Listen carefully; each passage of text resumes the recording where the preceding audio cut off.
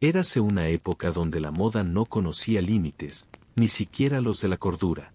Te encuentras observando una corte medieval donde nobles tropiezan con zapatos que se extienden como lanzas hacia el vacío, donde hombres se aprietan corsés para lucir una cintura que haría sonrojar a cualquier dama, y donde sombreros desafían las leyes de la física mientras sus portadores desafían las leyes del buen gusto. Puedes oler el cuero curtido mezclándose con perfumes almizclados, escuchar el crujir de corsés masculinos y el tintineo de cadenas que atan zapatos puntiagudos a las rodillas de sus dueños. Esta experiencia desafiaría por completo toda tu lógica moderna.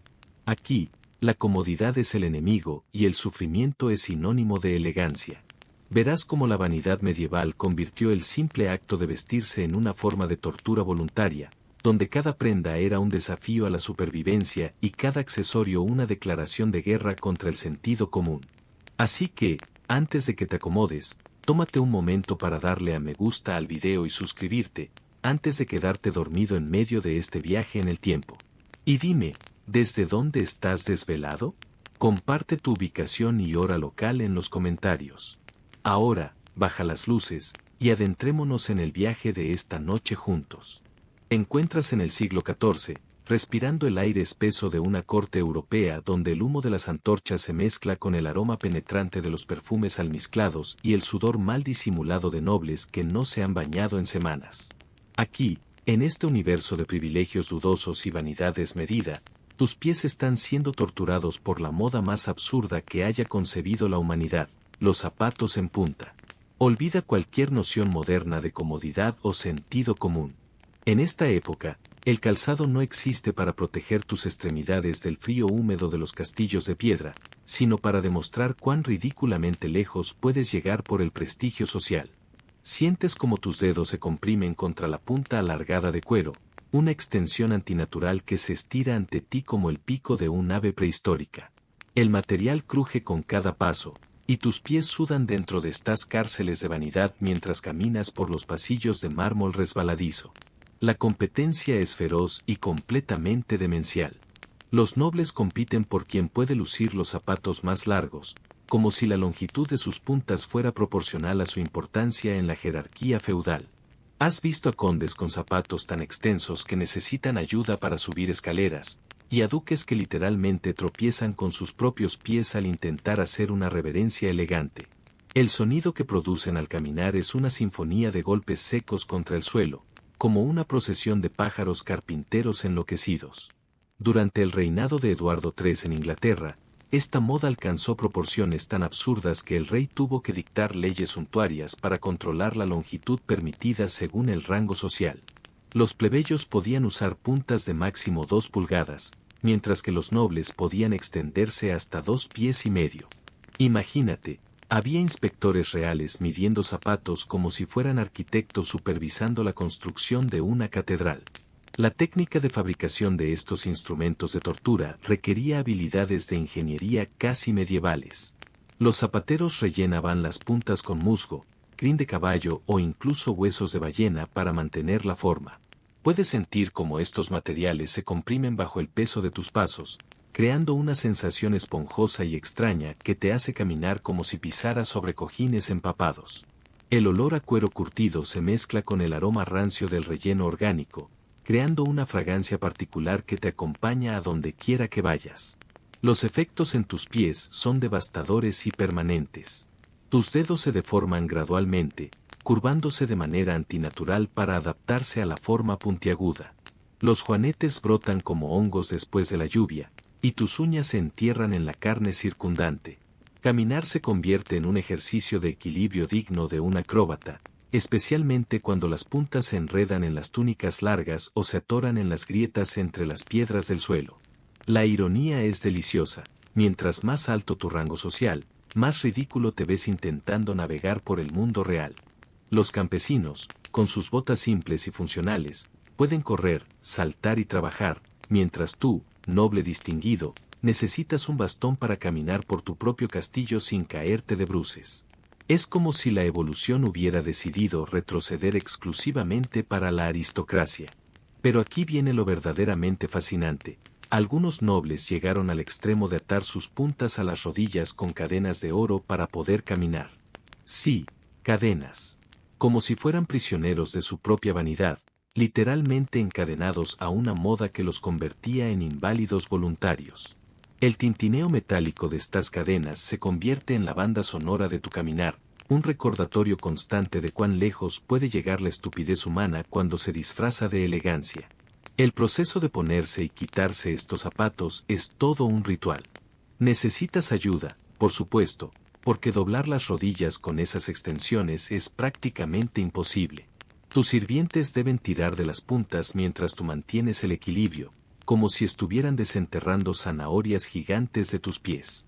La humillación diaria de depender de otros para algo tan básico como calzarte se disimula bajo capas de protocolo y ceremonial cortesano. Durante las danzas cortesanas, el espectáculo se vuelve aún más surrealista. Imagínate tratando de ejecutar los pasos complejos de una pavana mientras tus zapatos se extienden como remos hacia el vacío. Los músicos deben tocar más lento para acomodar el ritmo tambaleante de los danzantes, y más de una pareja termina enredada en un nudo de puntas entrelazadas, como si fuera una versión aristocrática del juego de Twister.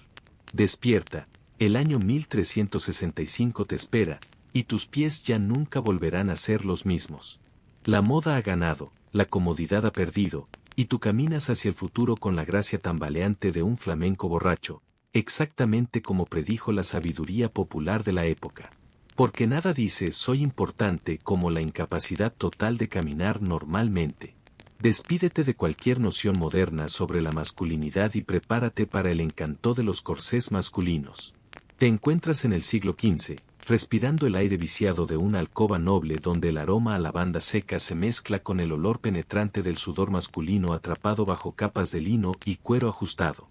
Aquí, en esta época de vanidad desmedida, tu torso está siendo comprimido por un instrumento de tortura disfrazado de elegancia, el corsé para hombres. Sientes las ballenas de hueso presionándose contra tus costillas mientras te preparas para otro día de fingir que respirar es opcional. El corsé abraza tu cuerpo como una serpiente constrictora particularmente educada, apretándose gradualmente hasta que tus órganos internos se reorganizan según los dictados de la moda cortesana. Cada inhalación requiere un esfuerzo consciente, como si estuvieras aprendiendo a respirar por primera vez, mientras el cuero cruje suavemente con cada movimiento de tu pecho. La textura del material contra tu piel es una mezcla desconcertante de suavidad y rigidez. El forro de seda se pega a tu torso sudoroso, mientras que las costuras reforzadas se clavan en lugares específicos, creando un mapa de incomodidad que se extiende desde tu diafragma hasta tus hombros. Puedes escuchar el siseo sutil del aire escapando entre los cordones cada vez que intentas expandir tu caja torácica más allá de los límites impuestos por la vanidad. Durante el Renacimiento temprano, cuando las cortes europeas competían por demostrar cuán civilizados podían llegar a ser, los hombres adoptaron esta prenda con el entusiasmo de quien abraza voluntariamente la asfixia elegante. Era la época donde aparecer ante el rey sin la cintura adecuadamente comprimida se consideraba un insulto personal a su majestad. Los caballeros se apretaban el ego junto con las costillas, todo por alcanzar esa silueta de avispa que supuestamente los distinguía de los brutos sin educación. El proceso de ponerse un corsé masculino es un ritual que requiere paciencia, ayuda y una buena dosis de masoquismo.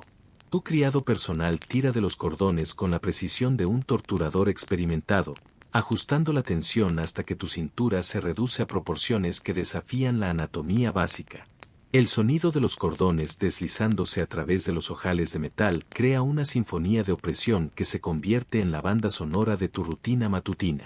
Una vez completamente ceñido, caminar se convierte en un arte que requiere recalibrar completamente tu centro de gravedad. Tus movimientos se vuelven rígidos y calculados, como si fueras una marioneta manejada por un titiritero borracho. Inclinar el torso para hacer una reverencia se convierte en una hazaña de ingeniería corporal, mientras que sentarse requiere la planificación estratégica de una campaña militar. Pero aquí viene lo verdaderamente delirante. Algunos nobles llegaron al extremo de dormir con sus corsés puestos. Sí, dormir. Como si las pesadillas no fueran suficientemente terribles, decidieron añadir la asfixia nocturna a su rutina de descanso. Imagínate tratando de encontrar una posición cómoda para dormir cuando tu torso está envuelto como un regalo navideño particularmente ajustado. Olvida cualquier comodidad moderna como respirar profundamente durante momentos de estrés. Aquí, en esta época de elegancia sofocante, un suspiro profundo podría literalmente reventar los cordones de tu dignidad. Los episodios de pánico se vuelven especialmente interesantes cuando tu capacidad pulmonar está limitada por decisiones estéticas cuestionables. Es como tratar de gritar pidiendo ayuda a través de una almohada empapada. La ironía social es exquisita. Mientras más alto tu rango, más comprimido debes estar. Los campesinos pueden respirar libremente mientras trabajan en los campos, pero tú, noble distinguido, has convertido la oxigenación en un lujo que tu estatus no puede permitirse. Es la democratización inversa del aire. Mientras menos clase social tienes, más oxígeno puedes consumir. Durante las festividades cortesanas, el espectáculo alcanza proporciones cómicas. Imagínate intentando participar en una danza vigorosa cuando tu capacidad respiratoria está reducida a la de un pez fuera del agua. Los músicos deben hacer pausas frecuentes, no por cansancio propio, sino para permitir que los danzantes recuperen el aliento perdido entre los pliegues de sus corsés masculinos. El diseño de estos instrumentos de compresión requería conocimientos de ingeniería que habrían sido útiles para construir puentes, pero que en cambio se dedicaron a la noble causa de hacer que los hombres parecieran relojes de arena particularmente masculinos. Las ballenas de hueso se curvaban siguiendo patrones matemáticos precisos, creando una arquitectura corporal que desafiaba tanto la comodidad como la lógica evolutiva. Como si no bastara con la tortura física, estos corsés también creaban una dependencia psicológica fascinante. Los hombres que los usaban regularmente desarrollaban una percepción distorsionada de su propia figura, sintiéndose grotescamente hinchados cuando no llevaban puesta su armadura de vanidad. Era como si hubieran desarrollado dismorfia corporal medieval, donde la forma natural del torso masculino se percibía como inherentemente defectuosa. No quiero arruinarte el cuadro, pero la higiene era otro problema completamente aparte. Estos corsés se usaban directamente sobre la piel o sobre camisas de lino, acumulando sudor, aceites corporales y todo tipo de fluidos durante semanas sin lavarse. El aroma que emanaba de un corsé usado durante una temporada cortesana completa podría haber sido registrado como arma química en épocas posteriores. Quien espere hallar practicidad encontrará en su lugar una obsesión colectiva por transformar el torso masculino en algo que la naturaleza claramente nunca pretendió que fuera.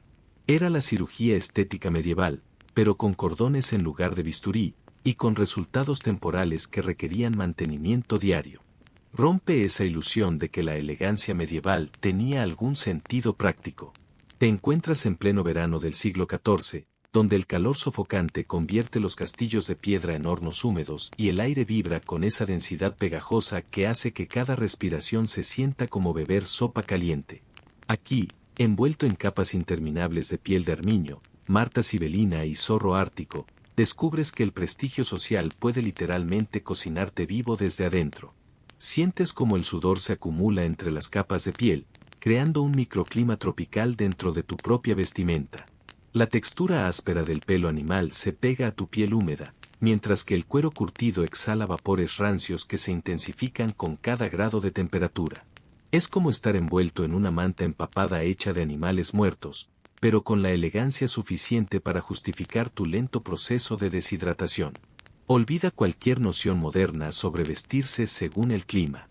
En esta época, donde el estatus social se mide por la cantidad de animales muertos que puedes cargar encima, el termostato interno de tu cuerpo se convierte en un enemigo de clase. Los nobles compiten por quien puede soportar más capas de piel durante los meses más calurosos, como si fuera una competencia de resistencia térmica patrocinada por cazadores medievales. El aroma que emana de estas capas es una sinfonía olfativa que desafiaría hasta al perfumista más experimentado. Puedes distinguir las notas altas del almizcle rancio, los tonos medios del cuero mal curtido, y las notas bajas del sudor humano fermentado. Es un perfume natural que anuncia tu llegada desde 3 pasillos de distancia, como si fueras una versión aristocrática de una advertencia química ambulante. La practicidad de usar pieles árticas durante el verano mediterráneo es tan lógica como construir un iglú en el desierto del Sáhara. Pero aquí estás, sudando como un cerdo envuelto en terciopelo, porque la lógica climática es para los plebeyos. Los nobles han descubierto que sufrir por la moda es un arte que requiere dedicación, resistencia y una capacidad pulmonar que pueda procesar aire con la densidad del vapor. Durante el reinado de Felipe IV de Francia, las cortes de verano se convertían en experimentos involuntarios de supervivencia térmica. Los nobles se desmayaban regularmente durante las ceremonias, no por la emoción del protocolo, sino por el agotamiento por calor inducido por la vanidad. Los médicos de la corte desarrollaron técnicas especializadas para reanimar a aristócratas sobrecalentados sin arruinar sus costosas capas de piel. El proceso de vestirse con estas capas durante el verano requiere una logística que rivalizaría con las campañas militares más complejas. Primero, tus sirvientes deben ayudarte a ponerte la capa interior de lino, que se empapa inmediatamente con el sudor anticipatorio. Luego viene la capa de piel de Marta, seguida por el manto de armiño, y finalmente la capa ceremonial de zorro plateado. Cada capa añade aproximadamente 5 grados a tu temperatura corporal, como si estuvieras construyendo una sauna portátil alrededor de tu persona. La textura de estas pieles contra tu piel sudorosa crea sensaciones que oscilan entre lo desagradable y lo francamente repugnante. El pelo de armiño se apelmaza con la humedad, formando grumos húmedos que se adhieren a tu cuello como sanguijuelas peludas. La piel de Marta, más gruesa, actúa como una barrera impermeable que atrapa todo el vapor corporal, creando un invernadero personal donde florece tu propio ecosistema de incomodidad. Caminar con estas capas durante el verano es como intentar hacer ejercicio dentro de una tienda de campaña hecha de alfombras mojadas. Cada paso genera una nube de vapor corporal que se eleva desde las aberturas de tu vestimenta, creando tu propia aurora boreal personal de humedad evaporada. Los otros nobles pueden rastrear tu movimiento por el edificio siguiendo simplemente el rastro de vapor que dejas a tu paso. Pero aquí viene lo verdaderamente absurdo. Algunas capas estaban diseñadas específicamente para ceremonias de verano. Sí, había sastres especializados que creaban pieles frescas para el calor, como si existiera alguna versión climáticamente consciente de envolver humanos en animales muertos. Era como diseñar trajes de neopreno para practicar surf en lava, técnicamente posible, completamente ilógico. La ironía social alcanza su punto máximo cuando consideras que los sirvientes, vestidos con lino ligero, están considerablemente más cómodos que sus señores envueltos en zoológicos portátiles. Es la inversión perfecta de la comodidad. Mientras más alto tu estatus, más sufres físicamente. Los campesinos pueden trabajar bajo el sol con facilidad, mientras tú, noble distinguido, necesitas ser abanicado constantemente para evitar la muerte por sobrecalentamiento elegante. Durante las cenas de verano, el espectáculo se vuelve surrealista. Imagínate intentando comer mientras sudas profusamente dentro de tu armadura de piel animal. El vapor que emana de tu cuerpo condensa en las copas de vino, añadiendo un sabor salado particular que los cocineros han aprendido a anticipar en sus recetas. Es como si fueras tu propio sistema de calefacción personal en una época donde nadie lo necesita. La higiene se convierte en un problema de proporciones épicas. Estas capas de piel absorben sudor como esponjas particularmente caras, creando un caldo de cultivo para bacterias que habrían impresionado hasta los médicos medievales más experimentados. El olor acumulado después de una semana de uso veraniego podría haber sido clasificado como arma de asedio psicológico. No hay cabida aquí para nociones modernas como la regulación térmica inteligente. En su lugar, encuentras un sistema social donde el sufrimiento térmico se ha convertido en una forma de arte, donde cada gota de sudor es una declaración de estatus y cada desmayo por calor es una medalla de honor aristocrática. Exactamente lo que temías. La moda medieval convirtió el verano en una temporada de supervivencia voluntaria. Prepárate para el encanto de la ostentación genital más descarada que haya concebido la moda europea. Te encuentras en el siglo XV, respirando el aire cargado de testosterona y vanidad masculina, donde el tintineo metálico de las armaduras se mezcla con el crujir del cuero y el susurro de las telas costosas. Aquí, colgando literalmente de tu entrepierna, llevas el accesorio más ridículamente fálico de la historia, la bragueta codpiece, una declaración anatómica que grita al mundo entero exactamente qué tan compensado te sientes. Sientes el peso de esta protuberancia artificial balanceándose con cada paso, como si cargaras un péndulo particularmente íntimo. La estructura interna, hecha de lino relleno y reforzada con alambre, crea una forma que desafía tanto la anatomía como el buen gusto. Puedes escuchar el leve roce de la tela contra la tela mientras caminas, un sonido que se ha convertido en la banda sonora de tu masculinidad artificialmente inflada. Olvida cualquier noción moderna sobre la modestia o la sutileza masculina. En esta época, donde la hombría se mide por el tamaño de tu protuberancia textil, llevas puesta una versión medieval del megáfono genital. La textura del brocado bordado se desliza bajo tus dedos cuando ajustas la posición de esta extensión arquitectónica de tu ego, mientras que el aroma a cuero curtido y almidón se mezcla con el sudor nervioso de saber que todos los ojos están enfocados en tu entrepierna. La evolución de la bragueta codpiece es una historia de escalada masculina que haría sonrojar hasta al más experimentado especialista en compensación psicológica. Lo que comenzó como una simple protección práctica para los soldados se transformó en una competencia de quien podía lucir la protuberancia más impresionante. Los nobles competían por crear las formas más elaboradas, desde simples bultos hasta verdaderas esculturas fálicas que requerían sus propios sistemas de soporte estructural. Durante el reinado de Enrique VIII, estas protuberancias alcanzaron proporciones que desafiaban las leyes de la física y del decoro público. El mismo rey popularizó codpieces tan grandes que necesitaba ayuda para atravesar puertas estrechas. Era una época donde el tamaño realmente importaba, pero aplicado a una prenda de vestir que convertía a los hombres en caricaturas ambulantes de su propia virilidad. El proceso de ponerse una bragueta codpiece requiere una logística íntima que involucra a tus sirvientes más confiables. Primero, debes ajustar la posición de tus propios atributos dentro del compartimento designado, luego añadir el relleno necesario para lograr la forma deseada, y finalmente asegurar toda la estructura con un sistema de cordones y ganchos que rivalizaría con la ingeniería de un corsé. Es como construir un monumento personal cada mañana, pero dedicado exclusivamente a tu anatomía masculina. La funcionalidad práctica de estos apéndices es tan útil como llevar una sandía atada a la cintura. Caminar requiere recalibrar completamente tu centro de gravedad, mientras que sentarse se convierte en una negociación compleja entre el mobiliario disponible y tu nueva geometría corporal.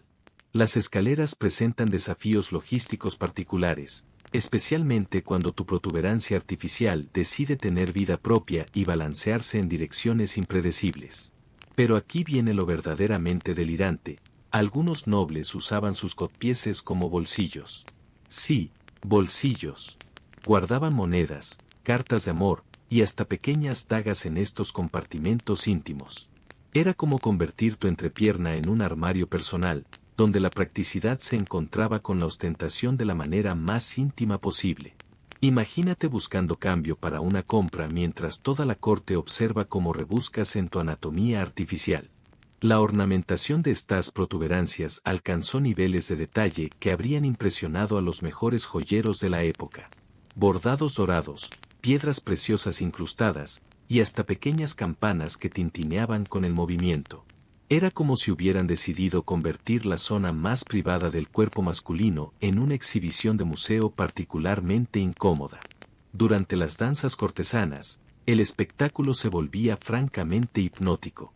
Imagínate una sala llena de nobles masculinos bailando mientras sus protuberancias artificiales se balancean al ritmo de la música, como un bosque de péndulos anatómicos siguiendo una coreografía involuntaria. Los músicos aprendieron a sincronizar sus ritmos con el balanceo colectivo de estas extensiones, creando una armonía visual que era tan fascinante como perturbadora. La psicología detrás de esta moda revela una inseguridad masculina tan profunda que requería arquitectura textil para ser compensada. Era como si toda una generación de hombres hubiera decidido que la forma natural del cuerpo masculino era inherentemente deficiente y necesitaba mejoras estructurales. La confianza en sí mismos estaba literalmente cosida y rellena, dependiendo del mantenimiento diario de una ilusión óptica íntima. Como si no bastara con el ridículo visual, estas protuberancias también creaban problemas de higiene que desafiarían hasta los más dedicados expertos en limpieza personal. El relleno interior, hecho de materiales orgánicos como musgo y crin de caballo, desarrollaba su propio ecosistema de humedad y bacterias. El aroma que emanaba de una bragueta codpiece usada durante una temporada completa podría haber sido clasificado como arma química por estándares medievales. La ironía social es exquisita: mientras más grande tu codpiece, más obvio se vuelve tu complejo de inferioridad. Era la manifestación textil del síndrome de compensación, donde cada pulgada adicional de relleno representaba una pulgada menos de seguridad personal. Los nobles más inseguros llevaban protuberancias tan grandes que necesitaban bastones especiales para mantener el equilibrio. No vamos a fingir sorpresa ante el hecho de que esta moda eventualmente se extinguió por pura ridiculez acumulada. Incluso las sociedades más tolerantes con la excentricidad aristocrática tienen límites, y aparentemente ese límite se encuentra en algún punto entre la elegancia y convertir la entrepierna masculina en una atracción turística ambulante. Porque nada dice "soy un hombre seguro de sí mismo" como necesitar ingeniería textil para validar tu masculinidad. Aquí no cabe ninguna noción moderna sobre la practicidad capilar. Te encuentras en el siglo XVIII francés, donde el aire espeso del Palacio de Versalles se carga con el aroma dulzón de polvos perfumados, pomadas rancias y el inconfundible olor a cabello sin lavar durante semanas. Sobre tu cabeza se alza una construcción arquitectónica que desafía tanto la gravedad como el sentido común, el peinado imposible de las nobles francesas, una torre de vanidad que puede alcanzar los 60 centímetros de altura y que convierte tu cuello en el soporte de una escultura capilar tambaleante. Sientes el peso abrumador de esta estructura presionando sobre tu cráneo, como si cargaras una sombrilla hecha de cabello humano y alambre. Tu cuello cruje bajo la tensión constante, mientras que tu columna vertebral se arquea en un ángulo antinatural para mantener el equilibrio. Puedes escuchar el crujir sutil de la estructura interna cada vez que mueves la cabeza, como si fueras una marioneta gigante con articulaciones que necesitan aceite. La construcción de estos monumentos capilares requiere la expertise de verdaderos ingenieros del cabello, artesanos especializados que combinan conocimientos de arquitectura, química y masoquismo estético. Primero, tu peluquero personal debe crear la base estructural usando una combinación de alambre, cojines rellenos de crin de caballo, y una sustancia pegajosa hecha de grasa animal y almidón. Sobre esta fundación, se tejen mechones de cabello real, no necesariamente tuyo, creando una estructura que es parte peluca, parte instalación artística, y parte experimento gravitacional. Olvida cualquier comodidad moderna como dormir en una posición horizontal. Con 60 centímetros de altura capilar, rutina nocturna se convierte en una negociación compleja entre tu necesidad de descanso y las leyes de la física. Muchas nobles dormían sentadas en sillas especialmente diseñadas, con apoyacabezas que parecían más instrumentos de tortura que mobiliario. El sueño se convierte en una serie de microsiestas vigiladas, donde cada movimiento inconsciente podría significar el colapso catastrófico de tu obra maestra capilar. Durante el reinado de María Antonieta, estos peinados alcanzaron alturas que literalmente requerían modificaciones arquitectónicas en los palacios.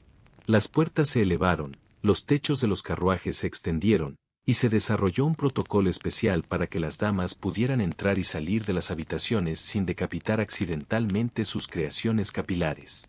Era una época donde la infraestructura nacional se adaptaba a los caprichos estéticos de la aristocracia femenina. La textura de estos peinados es una experiencia sensorial que desafía toda descripción civilizada.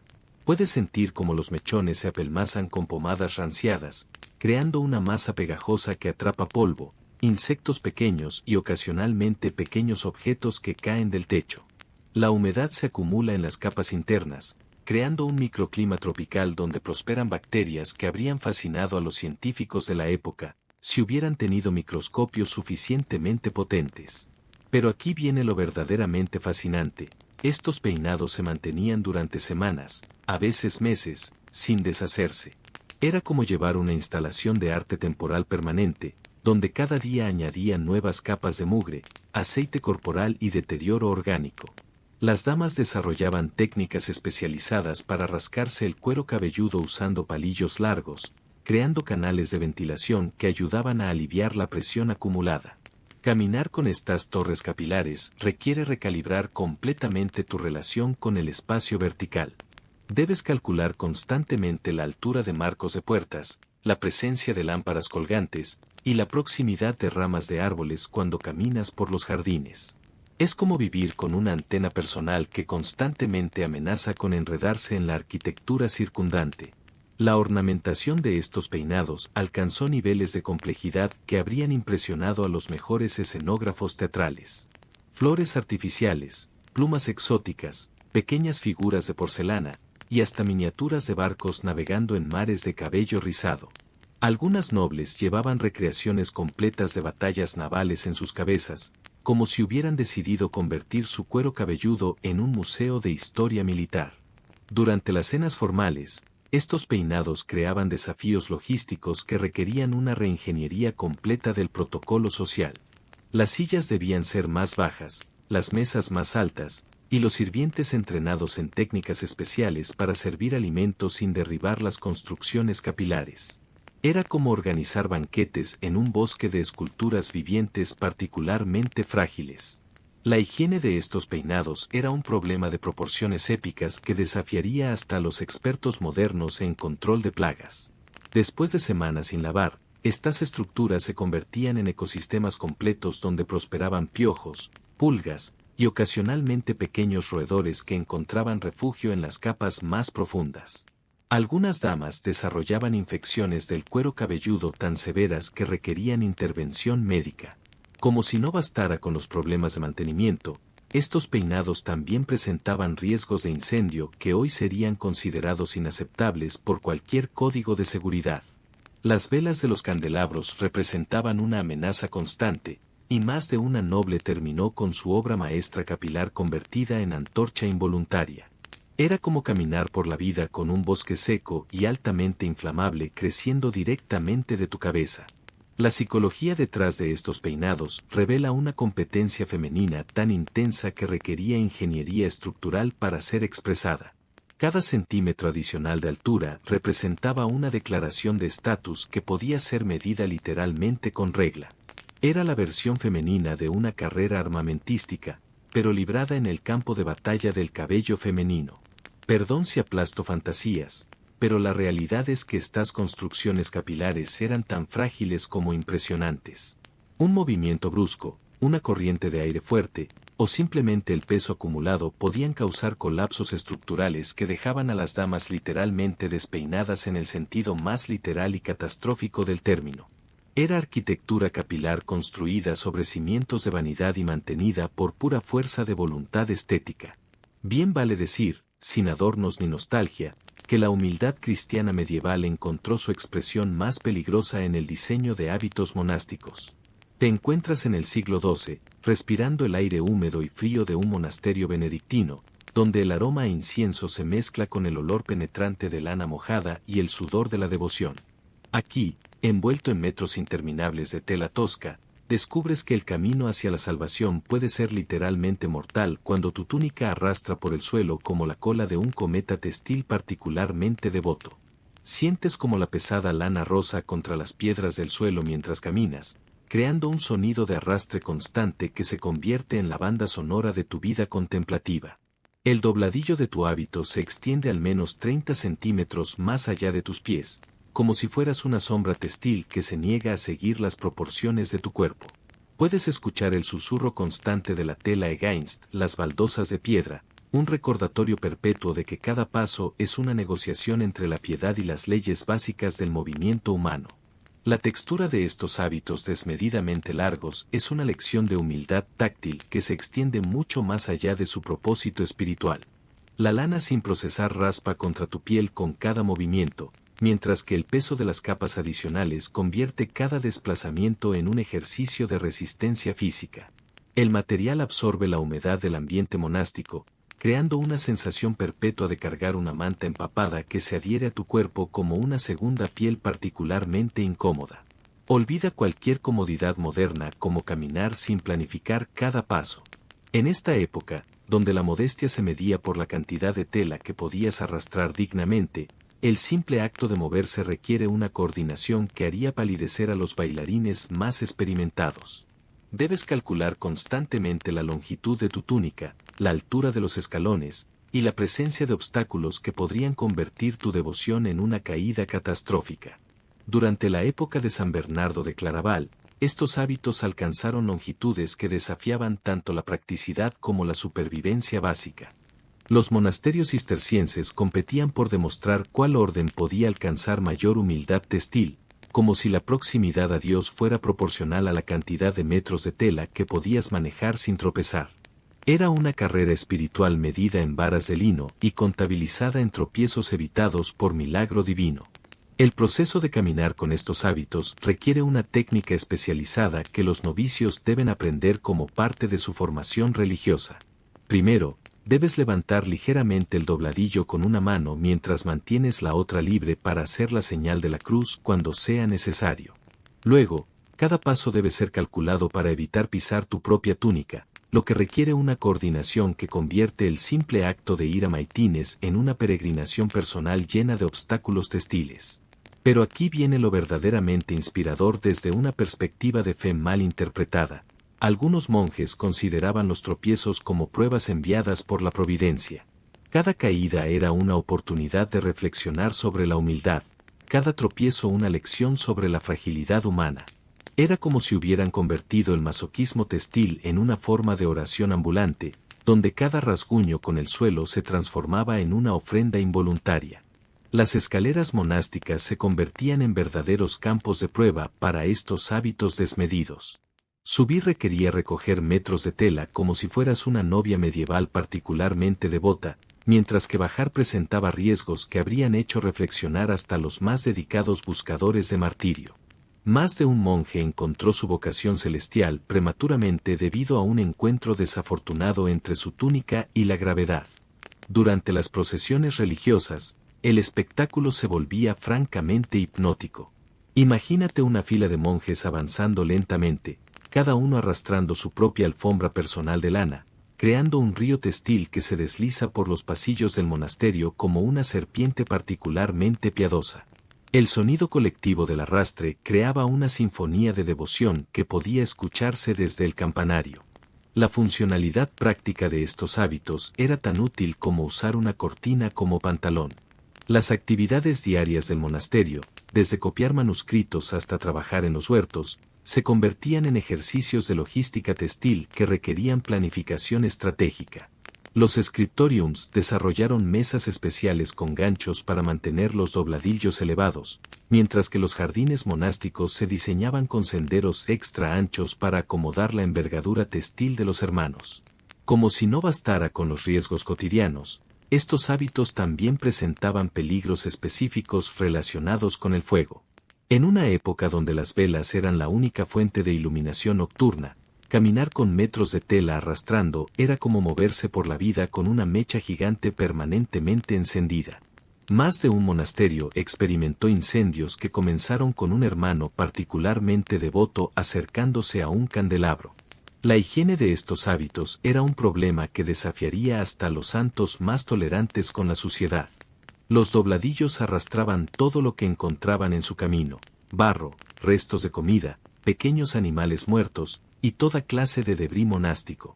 Era como tener una escoba personal permanentemente adherida a tu cuerpo, pero una escoba que nunca se limpiaba y que acumulaba todo lo que tocaba durante meses.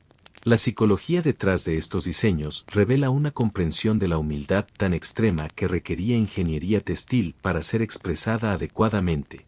Era como si hubieran decidido que la forma natural de caminar era inherentemente orgullosa y necesitaba ser obstaculizada constantemente por metros adicionales de tela.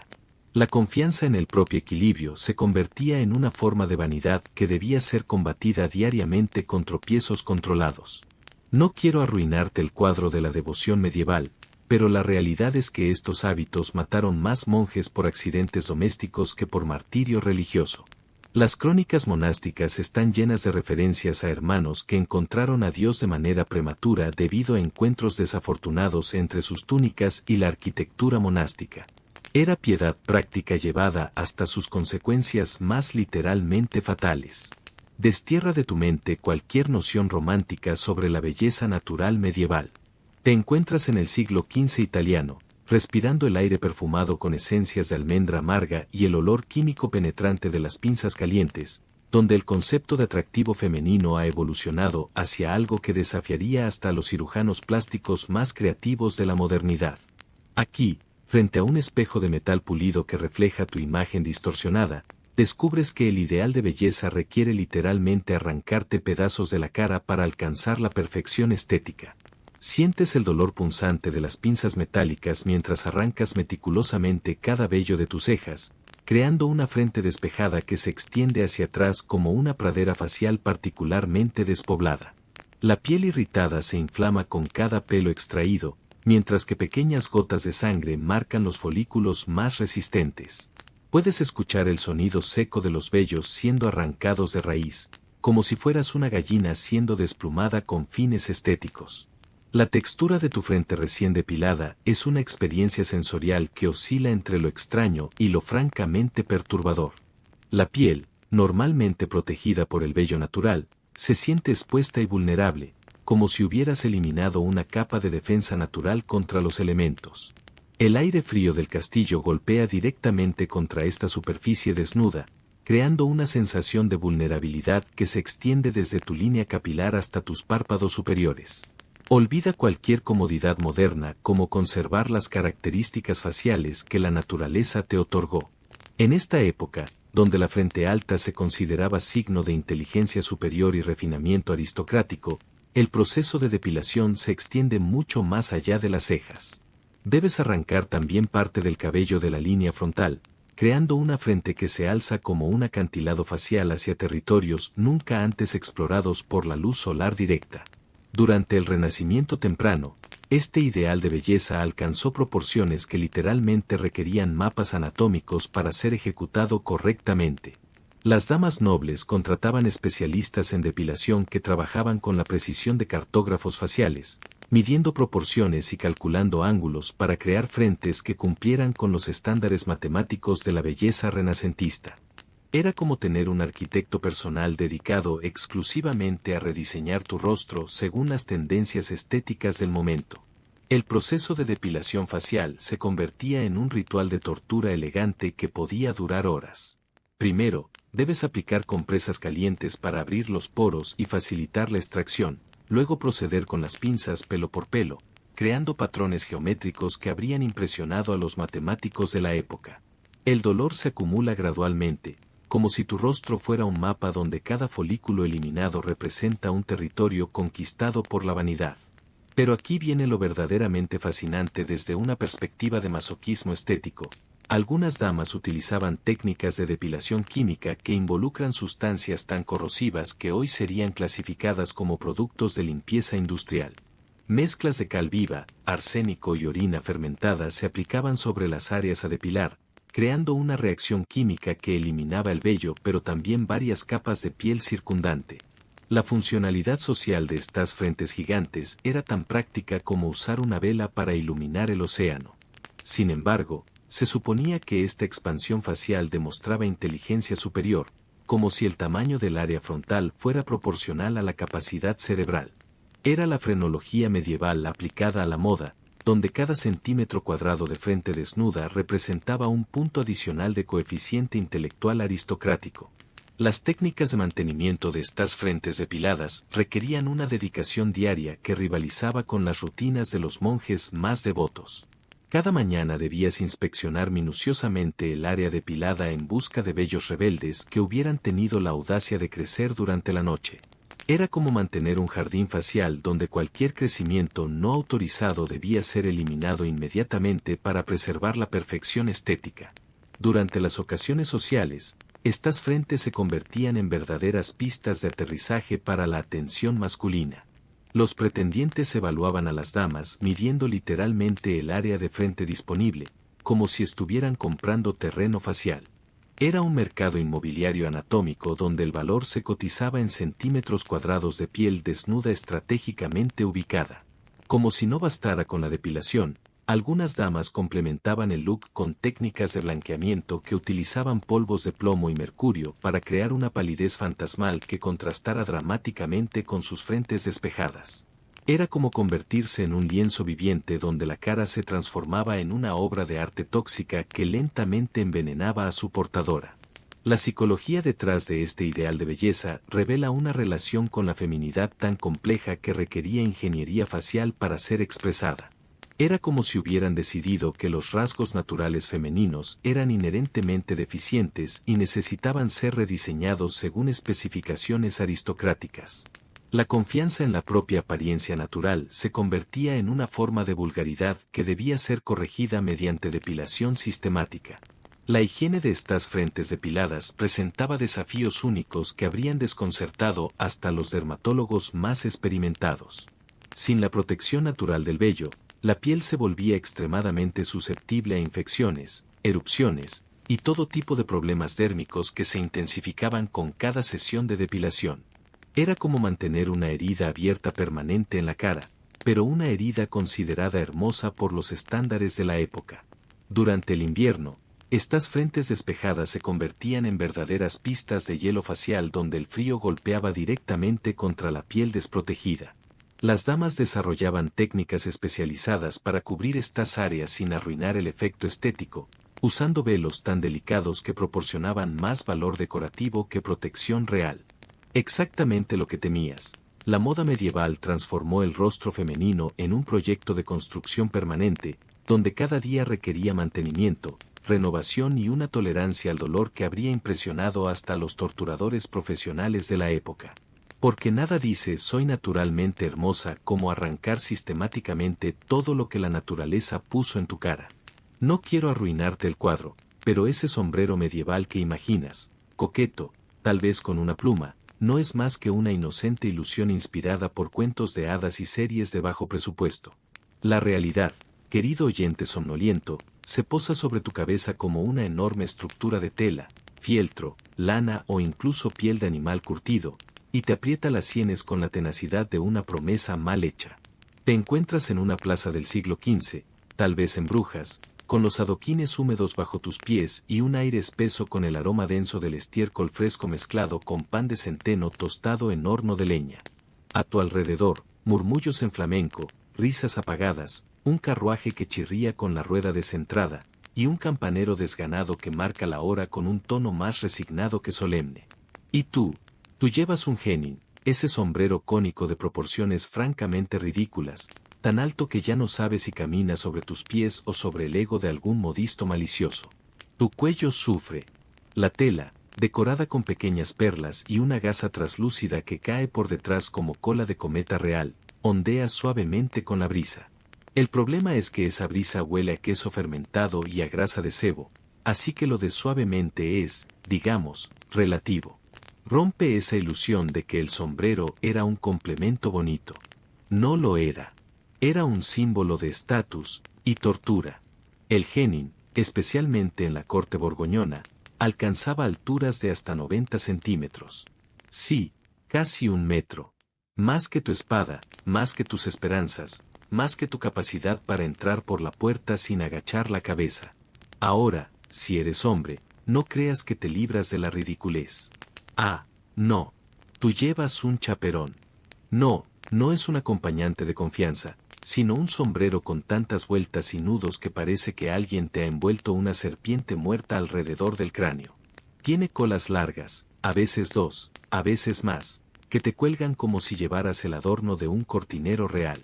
Uno de esos chaperones podía pesar más de lo que hoy cargarías en una mochila para una excursión ligera. Olvida la ligereza del algodón moderno. Aquí, cada sombrero tiene la firmeza y el carácter de un yunque. Algunos eran forrados con hierro fino para mantener la forma. Imagina el cosquilleo en la coronilla, no espera. No es cosquilleo. Es una presión constante, sorda, parecida a esa que sientes cuando intentas sonreír educadamente mientras un pariente político te explica su teoría sobre los eclipses. Y si por casualidad eres un campesino, vamos, no todos somos de sangre azul, tu sombrero probablemente sea un simple gorro de fieltro, cosido a mano, con la forma de un cuenco invertido. Pica, claro, como lana sin curtir, como barba de mendigo, como esa manta que encuentras en las posadas que huele a sopa de ajo y a humedad. Pero te protege del sol, del frío, y del juicio moral de los clérigos, que miran todo lo que no sea tonsura con sospecha. Dato curioso, en algunas regiones, el tamaño y el estilo del sombrero eran regulados por ley. Sí, existían leyes suntuarias que indicaban quién podía usar qué tipo de sombrero y cuán alto debía ser. Porque claro, nada más importante que asegurarse de que el sombrero de un burgués no compita en esplendor con el de un conde, no vaya a ser que se confundan en misa.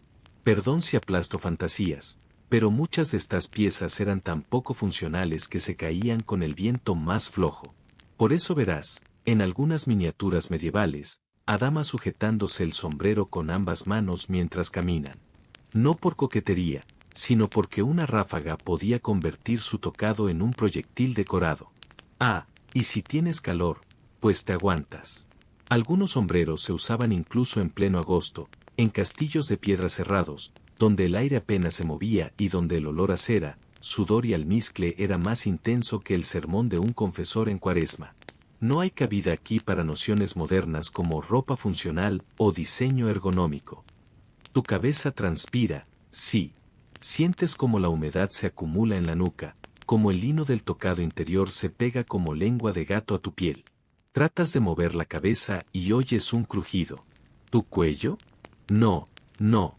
Es el refuerzo de mimbre interno del sombrero que está cediendo un poco. Como si llevaras una lámpara de mesa sobre la coronilla. Comparado con los cascos de hoy día, estos sombreros no ofrecían ninguna protección. Pero eso sí, si alguien te ve con él, sabrá que tienes dinero, linaje, o al menos buen gusto, o eso crees tú. Porque lo que realmente piensa la mayoría es, ahí va otro que no cabe por la puerta.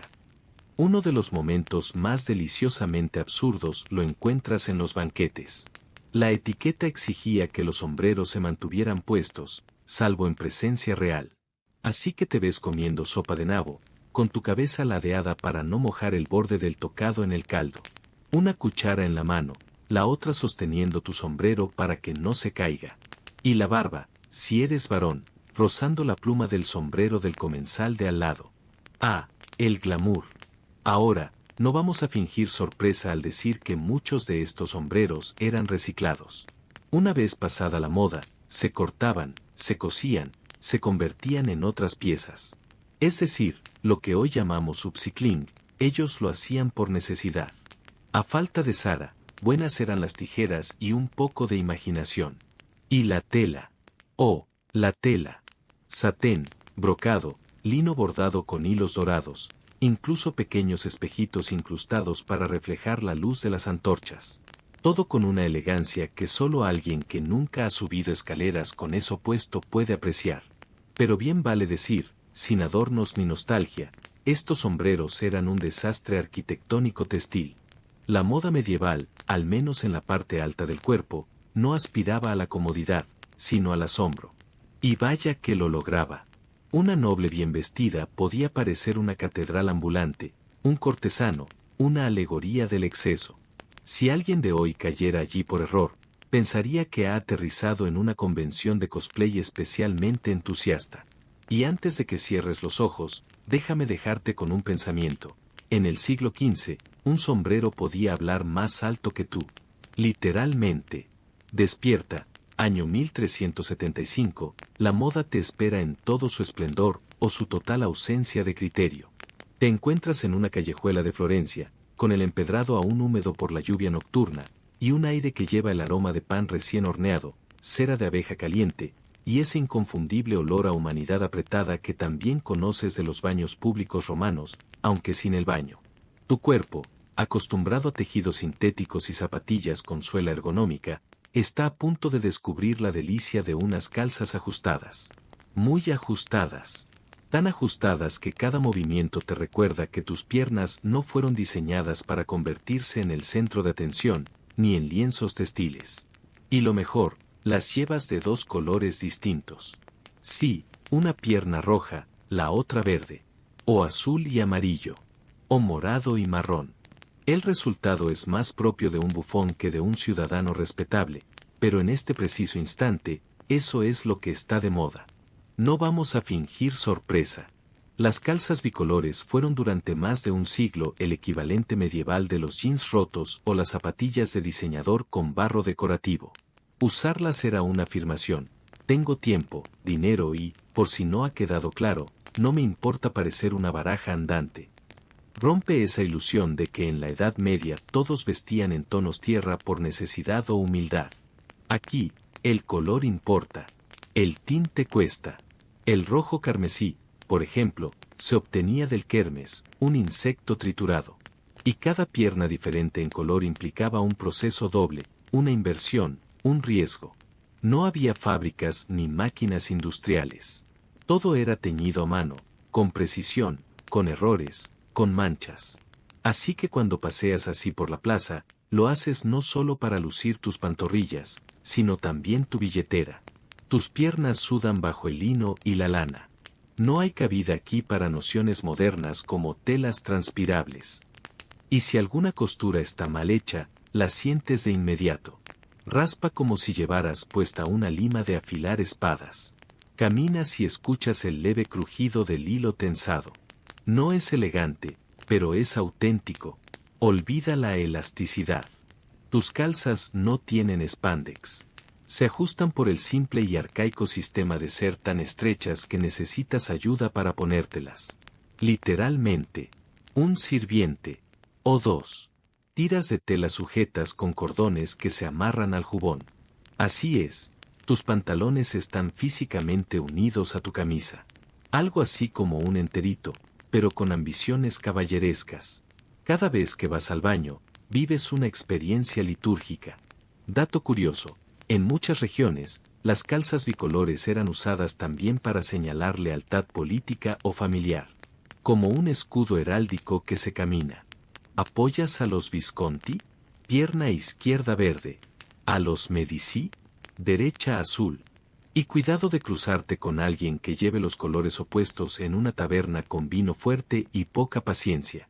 Podrías acabar con la calza rota y la dignidad aún más. Y hablando de calzas rotas, imagina una situación común. Tú, caminando por el mercado, el suelo un lodazal, y una piedra astillada hace una pequeña rasgadura justo, donde no debería. La bragueta, esa pequeña protección triangular que cubre tus partes nobles, no existía al principio. Las calzas se unían por detrás, dejando el frente, digamos, accesible. Por eso, eventualmente surgió la cotpiece, pero eso, amigo mío, lo dejamos para otra sección. Volvamos a tus piernas. Al caminar, la tela se tensa. Si has comido bien, pan, queso, embutido, tu vientre presiona contra el jubón. La tela se recoge en la entrepierna, y tú haces una mueca. No hay privacidad ni comodidad. Solo moda. Y dolor. La moda medieval, en este caso, es un recordatorio textil de que la vanidad no nació en Instagram, sino en talleres oscuros de Florencia y París, con sastres que no aceptaban no por respuesta. Bien vale decir, sin adornos ni nostalgia, que esta vestimenta no se diseñó para montar a caballo, ni para correr, ni para pelear. Pero los hombres lo hacían igual. Y a menudo, los resultados eran catastróficos. Cualquier caballero que haya intentado empuñar una espada mientras sus calzas se deslizan como medias mal ajustadas, sabrá que la batalla más difícil es contra la gravedad y el ridículo. Y si eres un poco más pudiente, no te conformas con tela simple.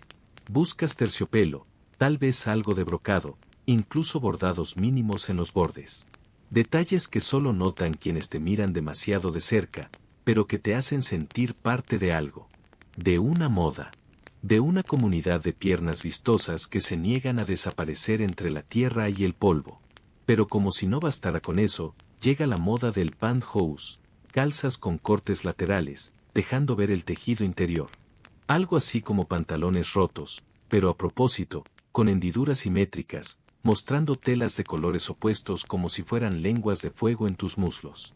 Y tú, por supuesto, crees que estás desafiando al sistema, cuando en realidad eres su víctima más alegre. En pleno verano, con 32 grados a la sombra de un muro de piedra, tu ropa se adhiere como barniz fresco. Las costuras pican, la entrepierna arde, el olor corporal se eleva como incienso de penitente.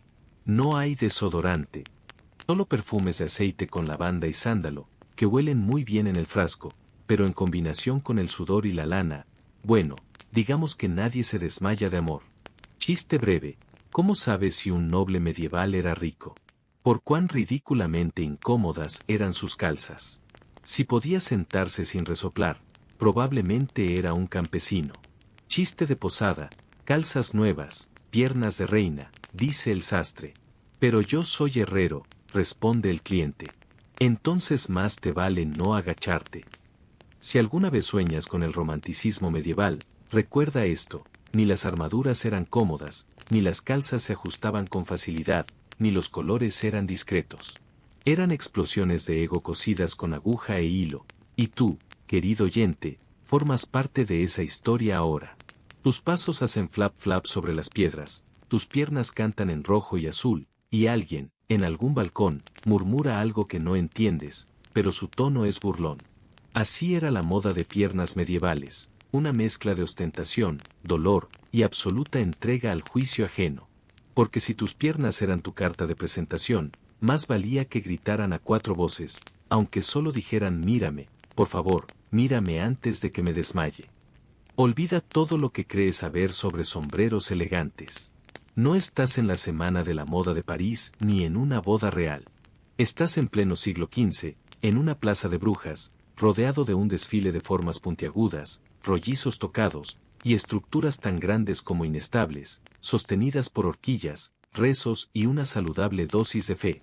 Te acomodas entre las sombras, aspirando el aroma a pescado seco, brea derretida y manzanas pasadas, mientras sobre tu cabeza no hay nada. Aún. Pero no por mucho. Porque el mundo que te rodea dicta que si no llevas algo sobre la cabeza, tal vez no tienes nada dentro de ella. Así que es momento de hablar del genin. Sí, ese inconfundible cono que se eleva como un campanario gótico sobre la testa de las damas más refinadas del norte de Europa. Exactamente lo que temías, un sombrero de más de medio metro de alto, cubierto con una red de velo fino que ondea con cada brisa, con la delicadeza de una bandera medieval anunciando al viento que tú, si tú, eres noble, delicada, y completamente incapaz de atravesar una puerta sin inclinarte. Tu cabeza cruje bajo el peso del armazón de alambre. Sientes como cada horquilla aprieta el cuero cabelludo con la pasión de un torturador entusiasta. No hay cabida aquí para nociones modernas como ponértelo y salir. Este tocado requiere ayuda, paciencia, y una resistencia cervical que haría palidecer a un guerrero normando. El genin no llega solo. Hay variantes. El escofión, por ejemplo, dos grandes masas laterales de tela, como si llevaras panés redondos a cada lado de la cabeza. O el bourrelet, que parece una dona gigante coronando tu frente. Y para los más audaces, el corazón invertido, un tocado que literalmente se alza como una curva doble sobre la cabeza, como cuernos dulces, si el diablo hiciera repostería.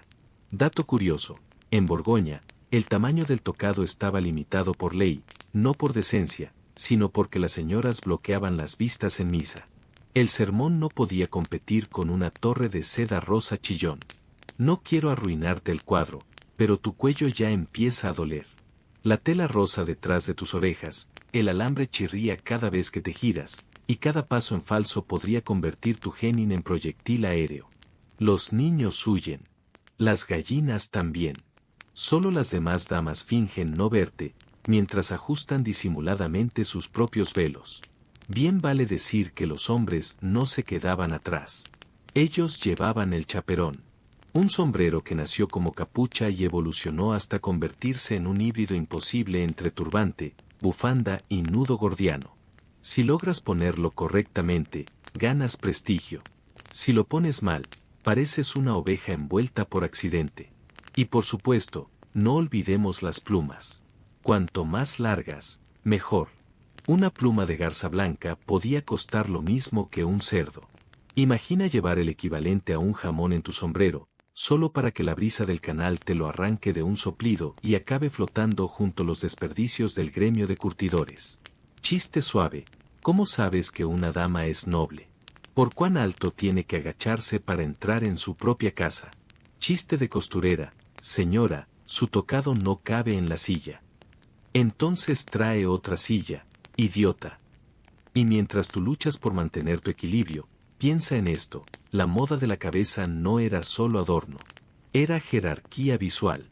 Cuanto más elaborado, más lejos estabas del campo, del barro, de la necesidad de agacharte para nada que no fuera rezar o quejarte de la servidumbre.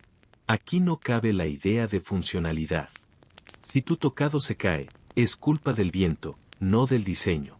Si tus cervicales se inflaman, es una bendición, significa que estás haciendo las cosas bien. Y como si no bastara, en ciertos círculos italianos, empieza a surgir el gusto por los adornos con perlas cosidas al cabello, natural. No al velo, no al sombrero. Directamente a mechones trenzados y fijados con cera de abejas caliente. Una técnica que transforma cualquier intento de desvestirse en una operación quirúrgica con lágrimas garantizadas.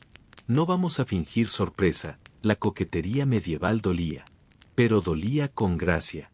Y tú, mientras te contemplas en el reflejo de un charco lodoso, te das cuenta de que luces ridículo, sudoroso, y perfectamente a la moda. Como contraste moderno, imagina intentar meter todo esto en el asiento trasero de un coche compacto, o en una reunión de oficina, o atravesar los torniquetes del metro. Y sin embargo, aquí, todo esto tiene sentido. Un desfile de cabezas imposibles, de telas volátiles, de estructuras que desafían la gravedad y el sentido común. Todo, para ser visto. Porque ser visto, aquí, no es vanidad. Es supervivencia social. Es pertenencia. Es mostrar sin decir. Es, como quien lleva hoy un reloj de oro al gimnasio, una forma más de gritar, mírame. Valgo. Y tú, agotado, con el cuello rígido y la paciencia al límite, sabes que, en este rincón del tiempo, has vivido la moda como se vivía en serio, con dolor, ostentación, y la absoluta convicción de que todo esto vale la pena, hasta que cae la noche, y por fin, puedes quitártelo todo. Así concluye tu paseo por el delirante y fascinante mundo de la moda medieval, donde las piernas eran banderas, las cabezas torres, y el sentido común, un invitado que no recibió carta de invitación. Has caminado con calzas más ceñidas que el juicio de un abad, te has cubierto con capas que huelen a humo de hogar ajeno, y has soportado sombreros que merecían su propia parroquia. Pero también, en este viaje de telas y tensiones, has descubierto algo más profundo, que la necesidad de vestirnos, y sobre todo, de expresarnos al vestir, trasciende los siglos. Hoy cambiamos el corsé por el filtro, el jenin por el peinado viral. Pero el impulso es el mismo, destacar, pertenecer, ser recordado. Espero que esta travesía textil te haya arrancado alguna sonrisa entre bostezo y bostezo, y que la imagen de una dama medieval atrapada en una puerta por culpa de su tocado te acompañe dulcemente en tus sueños. Hasta aquí la historia de hoy. Te espero mañana nuevamente para dormirte viajando a través del tiempo. Dulces sueños.